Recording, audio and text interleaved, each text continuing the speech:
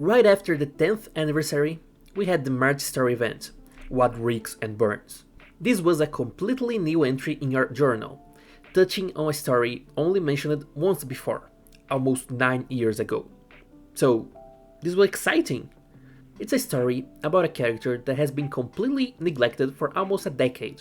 And the fact that it's the event right after the anniversary extravaganza means that Cygames wanted as many of the seasonal players as possible to see it.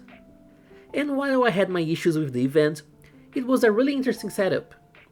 It highlighted the concept of Shamans, only seen before in Petra's story, and expanded on it. It even introduced a force of nature type villain, Andras the Mist Spirit, which is perfect for the type of heroes we are working with. But everything changed when Petra's 5-star cap happened. Hi, I'm Ducky, and today I want to talk about the newest storyline that Cygames is trying to create, and how I think they already messed it up. That and more after the intro.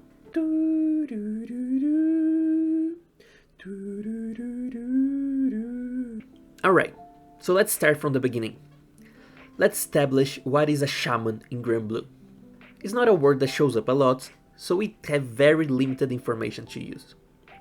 We first heard it with Petra in her original rare version from 2014.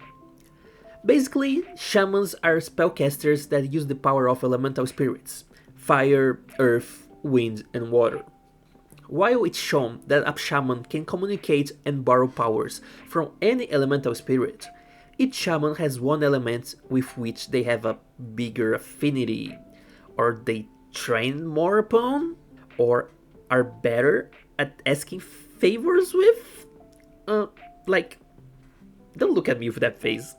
I'm not sure. They never explained it. Point is, Petra is a wind shaman, so her wind powers are her main thing. The follow-up question is, what is an elemental spirit? Well, we are also not really sure. They seem like a natural manifestation of the elements, some sort of personification of parts of nature. What we know is that they are native creatures from the Sky Realm, probably something akin to the concept of true dragons. What we do know about spirits is that the more powerful spirits are called celestial spirits. Petra is bound to the celestial wind spirit. We are not really sure if that title is his only, or any other powerful wind spirit could also be called a celestial spirit. Anyway, you probably understand that we don't know many details about this, right? In SSR Petra intro episode from 2015, we learn about Hermon, a powerful wind shaman who is traveling with the goal of stopping a mysterious black mist that turned everyone in her village insane, including the celestial wind spirit. Now, Petra is looking for Hermon. Only took her 9 years to get any updates on that. In What Reeks and Burns, we learn that the source of the mysterious black mist is actually an evil spirit called Andras. This spirit can possess a host and spread its maddening mist from it. The only way to deal with it is to defeat it while it's hostless, which can be done by forcing some sort of trauma into the victim to expel it out, or by killing the host. Andras is a very interesting villain. It's cunning. It uses the fragilities in the minds and emotions of its host to take control. But above all this is the fact that the spirit is outside the compass of mortal morality. It's a force of nature. It's an existence that works from instinct. You can't really argue with it. There's no point. We also meet Eurel and the celestial earth spirit. They are our first contact with an earth shaman and a powerful earth elemental. In the end, we defeat Andras with some sacrifice. But we don't learn anything about Andras itself, nor about Petra's mom, who was supposed to be looking for this thing they just defeated. The event had its conclusion, but the storyline was still open. It was open, until last week that is. With the release of Petra's 5-star cap, her Fate episodes are so incredibly on your face about the fact that they are the direct sequel to the event to the point it's not even funny. The beginning was so abrupt that I had to double check myself.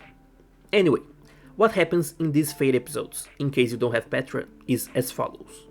we find a statue of Petra's mom on Arundel Island. We learn that the village was also assaulted by the Black Mist, but Carla, Petra's mom, saved the day. The crew learns that Carla traveled to a spooky forest in a spook nearby island, where the source of the mist is supposed to be. We, of course, fly there. When we get there, we learn from a journal written by Carla that Andrus is a spirit that can create minions to do its bidding.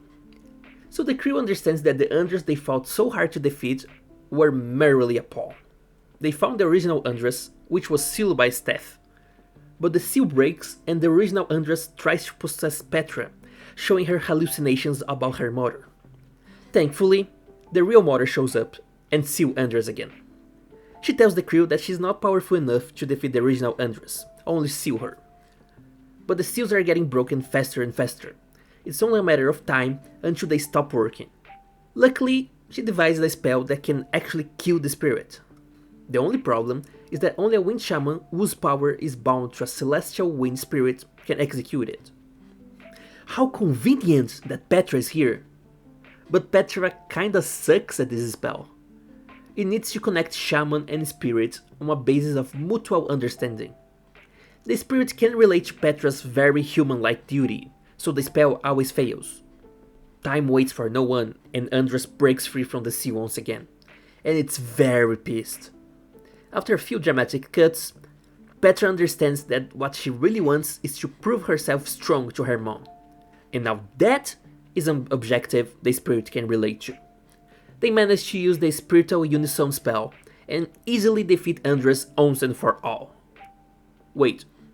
They defeated? The big villain we have been setting up for the plotline? It's gone? Carla then goes ahead and explains in detail the objectives of the evil spirit, completely annihilating this one thread as well.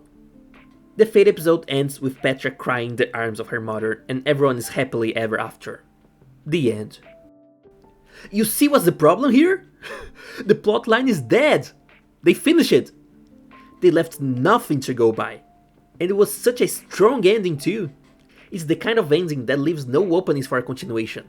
If they try, anything will feel extremely cheap. Everything they set up with the event is now dealt with. The main dish of the story is done. If they ever decide to use the Shamans plotline again, they will have to come up with an entirely new villain and situation. What makes long plotlines good is how they are always interconnected. You solve a small part of the problem with a new event, but the larger picture is still not completely clear. This simply cannot happen with the Shamans anymore, and what Reeks and Burns will feel like a throwaway event. Like, if you want to look at this on the bright side, you could tell me that there are actually some things that could be used as a plot hook for more. And I agree, but they are all such weak hooks that I can't see an entire event being based on that. For example, is Elmoth really a fire shaman? We see hints of that when his necklace reacts the same way as Petra's during the event, but Elmoth's past from his SSR Fate episodes don't explain a lot. If they try to expand on the storyline through this hook, it would be more of a self-discovery adventure that has no connections to the whole Andrus deal. Other point would be to try and find a water shaman, but this also would require an entirely new plot hook, unrelated to the Mist incident. And if they somehow try to pull a Palpatine on Andrus, then Petra's Uncap episodes will be completely useless. What was all that even for? No matter how I look at this, every attempt at bringing the Elemental Shamans back will force either the event or Petra's Uncap into irrelevancy. And that, to me, means that this plotline is pretty much dead. I hope they can prove me wrong, and they actually come up with a plot hook that is actually interesting and don't ignore what came before. I'm not a hater, after all, and I want to enjoy the start of Granblue Fantasy. But until it happens, I will keep my expectations low. Alright, that's it for this video, thank you all for watching. It ended up being longer than my usual length of 7 to 8 minutes, but I had a lot to talk about and explain. And what do you think about this topic? Did you like Petra's Uncap? Are you looking forward to more of this plotline? Or did I completely kill your enthusiasm about it? I'm sorry, but let me know in the comments. Anyway, This was Ducky, and I'll see you all later.